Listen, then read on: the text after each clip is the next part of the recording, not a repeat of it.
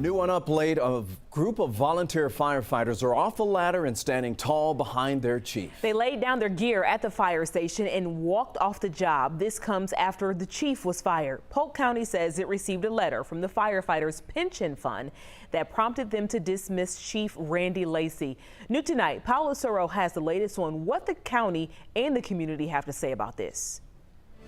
Firefighter gear sitting on the steps of the Polk County Fire Headquarters. Decades of service in one photograph. And for some volunteer firefighters in the county, Tuesday was the end of that service. I think I saw 10 guys turn in their gear today. Yeah, that's a real worry of mine. Before those guys turned in their gear, it was nice to get a half a dozen people show up for a fire. As this Facebook post shows, they did so to stand with Randy Lacey, who was fired as the Polk County Fire Chief.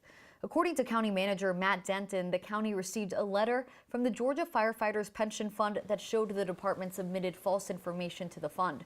Firefighter Christopher Wallace, who has volunteered on and off for Polk County, says the county should be concerned as firefighters from the small department continue to lay down their gear. The fire department has probably dwindled down about 80 to 90% of what it used to be. I know a lot of times here in the county, especially during the weekday, they actually have to dispatch all 9 stations just to get a few people to show up. Denton released this statement saying, in part, the firefighters who resigned this morning did not quit Polk County government. They quit the community they served. Many of those firefighters tell 11 Alive anonymously that they quit unless Lacey is able to return. They say years ago about 200 volunteer firefighters made up the 9 fire stations in the county.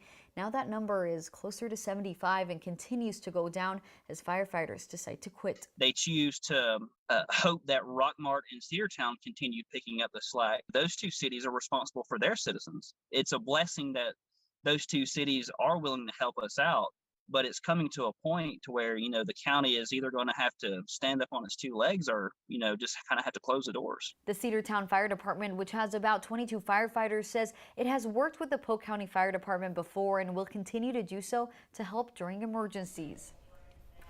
Tonight, a community is rallying in support of these firefighters. We are Where Atlanta Speaks, and we want to hear your voices, and they're developing tonight within this story. Some, like June, call this heartbreaking. Casey says it brought her to tears, and others, like Deborah, say, I stand behind them. To read more about this story or tell us what you think, visit our 11 Alive Facebook page.